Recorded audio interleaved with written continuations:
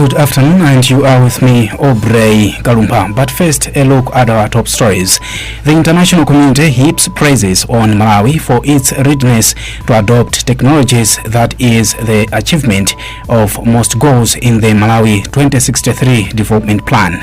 Social commentators say unless government comes up with alternative sources of energy, a recent directive to confiscate charcoal will not be effective. In international news, Zambia suspends poll campaigning amid COVID-19 surge.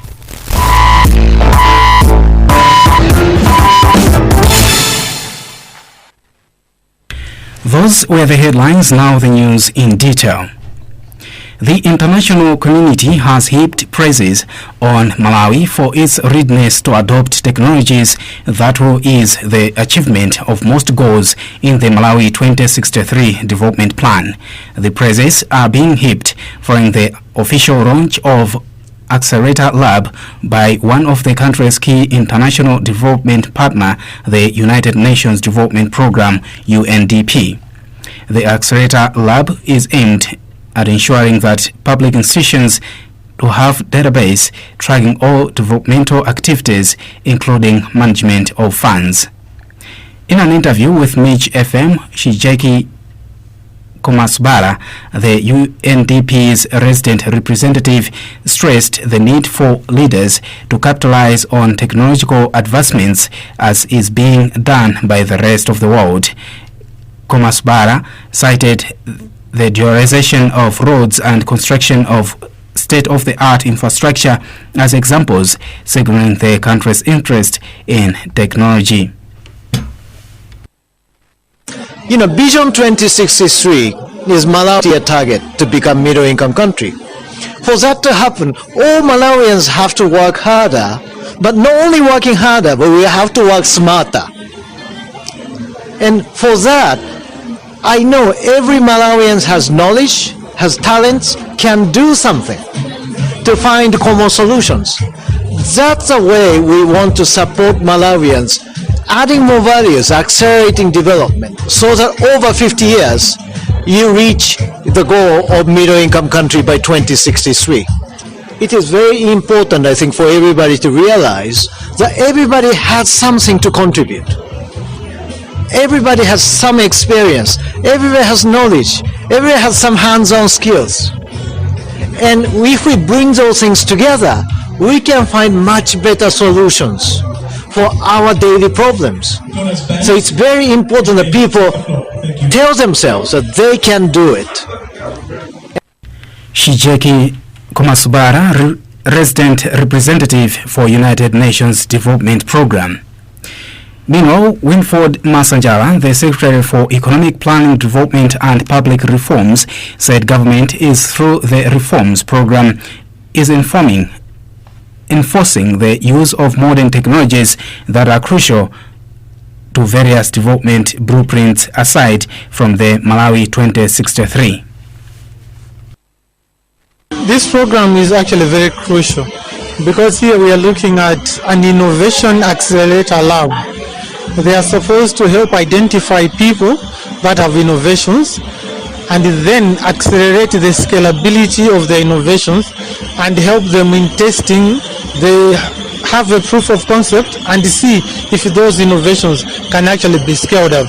So this, I was arguing, that is very consistent with the Malawi Vision 2063, because in the Vision 2063 we are saying Zoteka, and with this, given technological innovations, it is possible to achieve what we have envisioned in the Malawi Vision 2063. The Malawi 2063 has 3 pillars: agriculture productivity and commercialization, industrialization with emphasis on mining, and urbanization with emphasis also on tourism.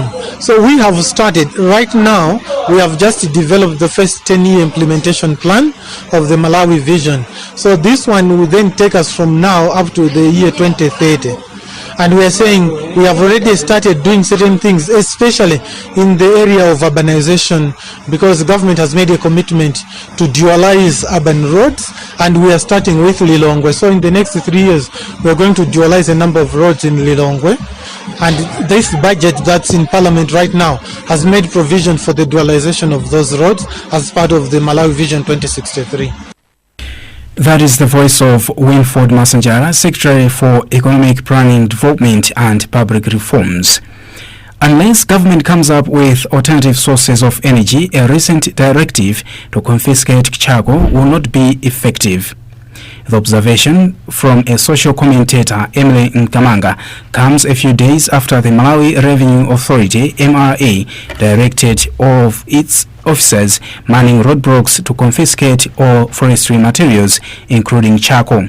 But Nkamanga has told MIJ FM that the directive may not be effective as there are no readily available alternatives sources of energy in the country. With this, Nkamanga has since suggested the need for government to ensure the viability of other sources of energy. This is going to bring a very big impact to people, and people will start suffering heavily, because as you and me know, people can't use electricity. They can if they have the money. It is very, very expensive, and gas, there's a tendency of thinking that gas can't be used because it's not very safe. People haven't been taught properly. So if they are snatching bags of charcoal, it means so many people are going to suffer, or they are already suffering. I think now it is very late. I would have loved maybe government would have started some 20 years ago, stopping people from cutting trees, and then they can only cut special trees for firewood. But now the idea of just snatching charcoal, it means it's a lose-lose situation, because the tree is already cut, and what makes most people wonder is that once that charcoal is taken away on the road blocks, they don't even know where it ends, because some people even think that the police use it free of charge. If it is sold again, then where is the money? People would like to know where the money goes, and I think the whole thing started very late. That is Emily Nkamanga, a social commentator. In news just coming in, the Public Affairs Committee (PAC) has made recommendations to government for Christian-run schools to start allowing Muslim learners wear headscarves, commonly known as hijabs. This follows a series of incidents which have led to disagreements in schools where Muslim learners are sent back home for wearing hijabs. From Blantyre, where the recommendations are being presented, here is our reporter, Brenda Kawonga. Okay, so what has happened at Mount Soji is that the Public Affairs Committee, PAC, has presented its recommendations on the dialogue that was there between Christians and representatives of the Muslim community on issues to do with the dress code. And some of the recommendations which PAC has made include that government should ensure that all girls are allowed to go to school. It has also recommended that Christian schools, the Muslim girls should be allowed to wear hijab which matches with the uniform. And on the part of PAC, there's a recommendation that if there are conflicts on issues to do with the dressing of hijab, PAC should intervene by making sure that there's dialogue between the conflicting parties. So the Minister of Education, PAC has recommended that government should sensitize the masses on these recommendations, and that it should build more schools in areas where there are more Christian schools. That is Brenda Kawonga, our reporter, reporting from Blantyre. We have more reactions to follow on this story. As the country is continuing to register an increase in COVID-19 cases, one of the country's developmental partners, Action Aid Malawi, has set aside 22 million kwacha towards efforts that aim at empowering district hospitals to fight the third wave. This comes as the country has in the past 24 hours registered 62 new cases, bringing to a total of 462 active cases. District hospitals are expected to benefit from the funds. In an interview with MIJ FM, Asani Gorowa, Chief Executive Officer for Action Aid Malawi, said it is high time the country started preparing for the third wave by equipping the health facilities. Gorowa said the funds have been used for purchasing personal protective equipment to be distributed in the 8 district hospitals. I think the third wave is looming and we hope it doesn't come, but we think districts like Mzimba can get prepared through this donation. We are making this donation to 8 districts in the country, and Mzimba is one. And the value of the whole donation of PPEs is 22 million kwacha. Now we are making this donation to the district because the district is responsible for distribution, and in districts like in Mzimba, most of the patients, even from rural communities, are referred here to the district hospital. So we think this is a strategic donation for the district, for them to support the response to COVID, especially the looming wave, to all communities that may be affected and individuals that may be facing the virus. In our nature as an organization, Action Aid works to support the work that government is doing. I think government is trying its best to respond to the coronavirus, but I think stakeholders like us need also to take part. We need to also make sure that we are making a contribution. Government alone can't respond to all the needs of COVID and others. So we really think that Action Aid and others should really take part, and let me take advantage of this to appeal to. That is Asani Gorowa, Chief Executive Officer of Action Aid Malawi. Meanwhile, Dr. Ted Bandawe, Director of Health and Social Services for Mberwa District Council, has disclosed that Mzimba District Hospital is pumping in some resources to make sure that the facility has adequate medical supplies, especially for its emergency treatment unit.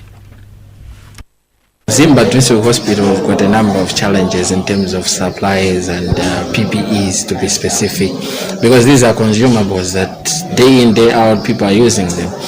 So the coming in of Action Aid has already made an impact on the gaps that are there, because at times we run out of masks, sometimes we run out of gloves, and talk of oxygen concentrators, sometimes they get broken. So really this donation will actually address those challenges, and this is very critical because it also protects us as health workers, but even the patients, that they should not be transmitting the COVID disease. Dr. Ted Bandawe, Director of Health and Social Services for Mberwa District Council. Meanwhile, a report by the Parliamentary Committee on Transport has revealed that the COVID-19 pandemic, among other factors, contributed to the Malawi Airlines failure to meet its revenue target by 5 billion kwacha. With this, the committee has faulted the airliner while asking the Ministry of Transport to address the matter with urgency. As you may wish to recall, for the past 2 years, as a committee, we have been noting that the funding to Roads Fund Administration and Roads Authority has not been adequate. And so we have been trying to advise the departments to ensure that they now try to look for other sources of funding. We still have to request, I think, the Minister of Finance, first of all, to look at, I think, the agreement that we had with Malawi Airlines. You know, I think one of the shareholders is the Ethiopian Airlines. That is Robert Mwina, Chairperson for Parliamentary Committee on Transport. You are listening to the Midday News Bulletin here on MIJ FM. In international news, authorities in Zambia have announced a number of measures, including suspending political rallies ahead of the 12th August election to deal with a rise in coronavirus infections. In the last 24 hours, the Southern Africa nation has recorded 48 deaths from COVID-19, the highest toll the country has reported. Simon Miti, Secretary to the Cabinet, told a media briefing that in the last 24 hours, out of over 12,000 tests, about 3,000 were found to be positive for COVID-19. To mitigate the surge, government has also said all schools would close for 21 days, while tertiary institutions would conduct online classes for a month. Well, that item also brings us to the end of our midday news bulletin here on MIJ FM. But before we go, a reminder of our top stories. The international community heaps praises on Malawi for its readiness to adopt technologies that is the achievement of most goals in the Malawi 2063 development plan. Social commentators say unless government comes up with alternative sources of energy, a recent directive to confiscate charcoal will not be effective. In international news, Zambia suspends political campaigning amid COVID-19 surge.